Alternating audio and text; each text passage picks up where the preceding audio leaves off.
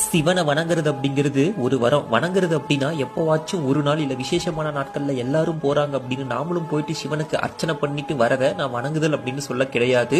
முதல்ல அவர் நம்மளை ஆட்கொண்டு இருக்கிறார் அப்படிங்கிறத உணரக்கூடிய தருணம் தான் சிவன் நம்மளை அவரை வணங்க வைக்கிறார் அப்படிங்கிறதுக்கான ஆரம்ப கட்டம். அதை எப்படி நம்ம உணரலாம்? ஏதோ ஒரு காரணம், ஏதோ ஒரு சூழ்நிலை எப்படியாச்சும் நம்மளை சிவன் கிட்ட கொண்டு போய் சேர்க்கும். நம்ம கண்ணுல படுறது எல்லாமே சிவன் சம்பந்தமா இருக்கும். அதுக்கப்புறம் அந்த காரணம் சூழ்நிலை எல்லாமே தாண்டி சிவனோட உறவுக்காக வணங்க ஆரம்பிப்போம்.